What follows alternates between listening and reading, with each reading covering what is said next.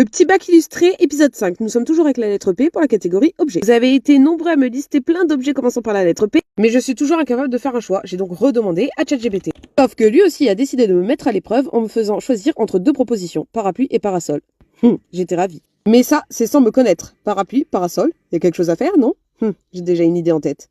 Donc c'est parti, on cherche des références de parapluie et de parasol. Et cette fois-ci, j'ouvre Illustrator. Et oui, je change encore de technique pour un dessin vectoriel cette fois-ci. Le but étant de m'améliorer dans l'art digital. Je me suis donc dit que pour ma première illustration vectorielle, ce serait plus simple de commencer avec un objet. Ici, j'ai donc commencé par le parapluie. Je ne suis pas du tout une professionnelle de ce type d'illustration, donc je fais avec les outils que j'ai l'habitude d'utiliser et que je maîtrise. D'ailleurs, si tu dessines en vecteur aussi, je serais ravie de connaître tous tes tips là-dessus. Voilà, j'ai terminé mon parapluie et maintenant j'attaque le parasol. Tout simplement dupliquer mon parapluie et modifier quelques éléments pour que ça ait l'air d'un parasol. Maintenant, je peux fusionner les deux ensemble. Et je place enfin mon élément principal au centre de ma feuille. Je sélectionne ensuite ma couleur de fond, enfin mes couleurs de fond du coup. Je viens ensuite rajouter un sol pour ajouter un petit peu de profondeur.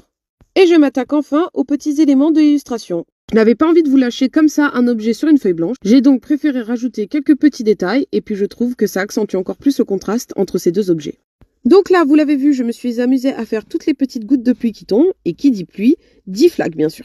Et voilà, j'ai terminé avec le côté pluie. Maintenant, on va attaquer côté soleil. Et oui, et donc qui dit parasol, dit plage. Je me suis donc amusée à représenter du sable et la mer. Et voilà, on s'y croirait presque, non? Vite que l'été arrive. Allez, c'est pas parce qu'on travaille en vectoriel qu'on va zapper l'ombrage. Cette fois-ci, je pars sur du violet, sélectionne le bon mode de fusion de calque et puis on baisse opacité. Je rajoute mon logo et puis enfin le texte. Et voilà, mon illustration est terminée. Alors, vous en pensez quoi pour une première? J'espère que ça vous a plu, que le jeu vous plaît aussi. On arrive sur la dernière catégorie, alors s'il vous plaît, faites-moi rêver en me donnant en commentaire une célébrité qui commence par la lettre P.